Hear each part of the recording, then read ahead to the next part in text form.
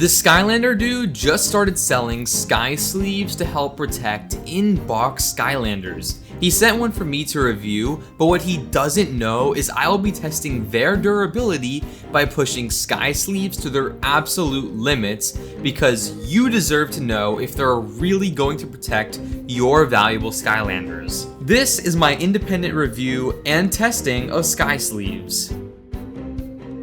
Let me show you how to make this. So you kind of open it up, and then these just sort of pop into place almost. All right, I got this one to work. So the bottom is a little strange, but it does work. And it's pretty flat, you know. Once again, you have the sky sleeves there. And as you can see, this is the Spyro's Adventure one. So what is the difference between these two? The Giants and Swap Force one is less wide, if that makes sense, but not by much. They're the same exact height. They look to be the same depth, approximately.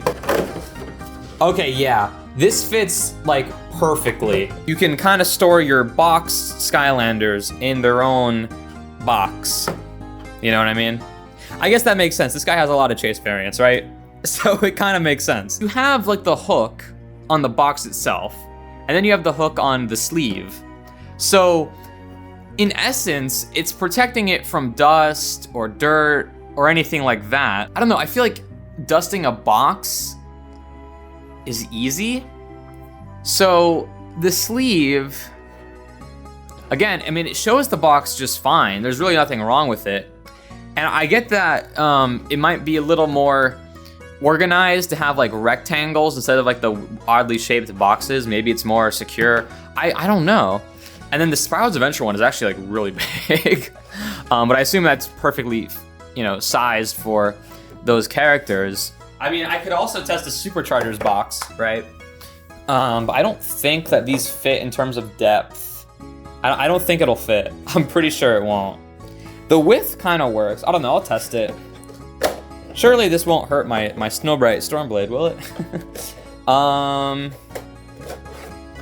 It actually fits. So, maybe it's not as perfect of a fit as he wants it to be, but the SSA box, sleeve, I should say, does in fact fit my Snowbright Stormblade pretty well. You know, it can move around a little bit, but it has enough friction or whatever to keep it in place.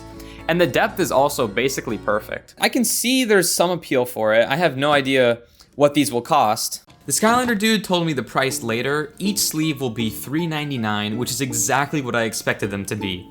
It's a pretty fair price if you're buying it for some expensive chase variants, but the problem is your display would look strange with only some of them being in sleeves, so the cost of these will really add up, and it might not be worth it for cheaper in-box Skylanders. Shipping is also not free, so honestly, these are worth it if you're going to be hanging your Skylanders just to be safe, but otherwise, I'm not so sure. You'd have to clean the sleeves just as much as you'd clean the boxes anyway, so that's not much of a benefit in my opinion, and it's gonna come down to who you are and what you're using them for. I'm interested to see what other people think of this. Personally for me, I like to keep all my boxes just kind of on a table next to me, so I don't know. I don't know if I'll use these, honestly. They are good at keeping, I mean, you can pick up your boxes and place them down without actually, touching the box. It would also, another thing I'm thinking of, this would be perfect for shipping your in-box Skylanders to people. I have the Thrillipede in box, the green Thrillipede, and it got a little bit damaged in shipping, So something like this would protect it. And I think probably the best use for these is to protect the cardboard, the backing, which, it's more, flimsy, right? It's not gonna be perfectly straight. And it's also, the glue can sometimes come off and not really be sticky enough to hold it. If you really wanted to preserve these, then this probably is your best bet. By the way, the other reason you might want to get these is if you wanted to stack boxes, which obviously you can't stack the bubble onto like the cardboard, you know? But as you can see, if there's not like a wall to support them, it isn't really the best. I mean, it might work, but you would really want to have these like up against a wall for like support and everything. If you can, there is the hooks. So if you can just hook them to the wall, that would be the best in my opinion. So you guys know what this actually does. Let's just see if there's any problems we can find. So fingerprints, first of all. I feel like fingerprints, we'll just, you know, try to get that all over them. It shows up only a little bit. It's not bad, right? I can see one like over here, but like even if I like press my thumb into it, it looks pretty good to me. I have like the light, so you might get some reflections, but it seems pretty good. You could probably just wipe that down anyway. Durability wise, you know, it seems fine. It's a pretty snug fit, even though this isn't like meant for Superchargers. I probably should be testing with the Giants one, but it's a pretty good fit. I don't have any like in-box Giants to test with, you know. I know their boxes are a little different. This one fits very snugly. It barely wiggles at all in there. And the whole thing is obviously clear, so you can see it pretty good. It doesn't like hurt the visibility really. The one thing I am noticing is the top little flap thing. The top flap here can, you know, like come out a bit. It's just not really, you know, it's in there. But if you were to like really, you know, if this thing were to like drop maybe, you see how it's already kind of coming out like that? So that's like my biggest concern, really.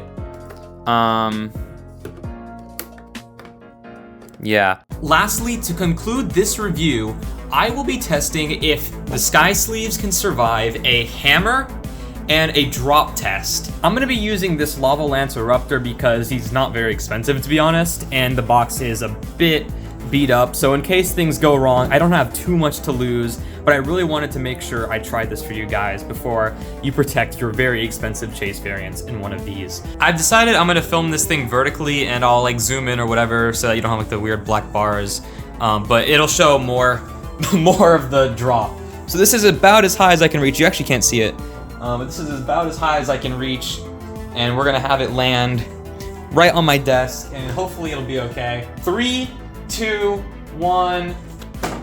Jeez, okay, that was pretty loud. Let's take a look at the damage here. Honestly, all things considered, it looks to be pretty good. The top here actually didn't open up. I am using the Spyro's Adventure box here, of course, because the Superchargers fit this one pretty good. I know that he only is selling the Spyro's Adventure and Giants for now, but if you had a bunch of Spyro's Adventure ones and you really wanted to, I think you probably would be okay using these for now, but it's not guaranteed. He said he didn't really want to like damage any figures. Obviously that makes sense. It would be pretty bad for his brand. So he doesn't recommend this personally, but I think it's fine. It did survive my drop test. I'll do one more for good measure here, and we'll give it a go. Jeez, it is loud. Oh, guys, I did manage to bust it this time. So this corner, which I believe was the corner of impact, did actually, I don't want to say shattered, but it's kind of broken here. This is not like glass or anything. I think it's just plastic. And there is actual damage this time. All things considered, I believe that the figure inside is in perfectly good condition. I don't think it's got damaged in any way. Now, before we start the hammer test, I am gonna do more of a real world experiment here, dropping them onto my carpet, because most of you probably don't have like a hard table that these are gonna drop onto, and I figured that carpet might be a little more representative of your Skylanders displays. So again, it's gonna be dropped about as high as I can reach. So if it survives this, it can survive just about anything, and it's gonna go all the way down to the floor there. 3, 2, 1, go.